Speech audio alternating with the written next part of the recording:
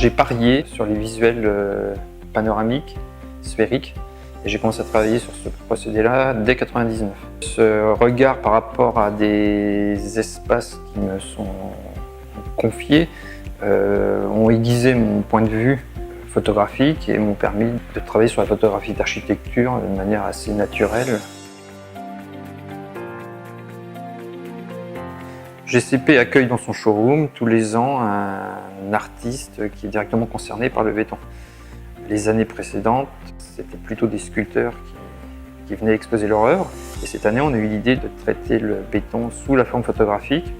Donc j'ai sélectionné une certaine quantité d'images qu'on a affinées et qu'on a ensuite accrochées en fonction de la couleur des murs, en fonction du format, pour donner une continuité à ce qui était déjà présent dans le showroom, à savoir des véritables échantillons de béton.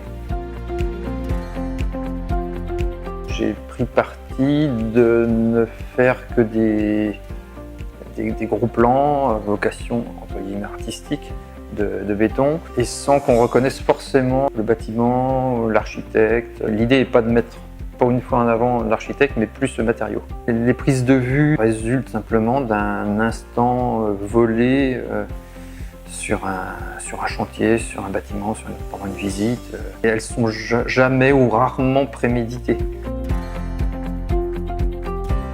Ce qui me plaît particulièrement dans le béton, c'est la manière dont il accroche la lumière et puis la diversité de rendus qu'il offre et surtout les variations qu'on peut obtenir dans une même journée sur certains bâtiments.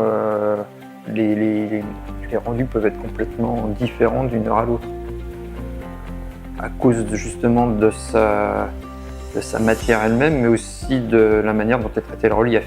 On peut jouer à la fois sur le jeu d'ombre et de lumière, mais aussi sur la matité, sur éventuellement des reflets.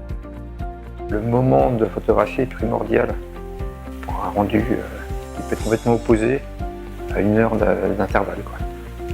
Et c'est ce qui est intéressant dans ce matériau-là, c'est que c'est toujours le même et c'est jamais le même.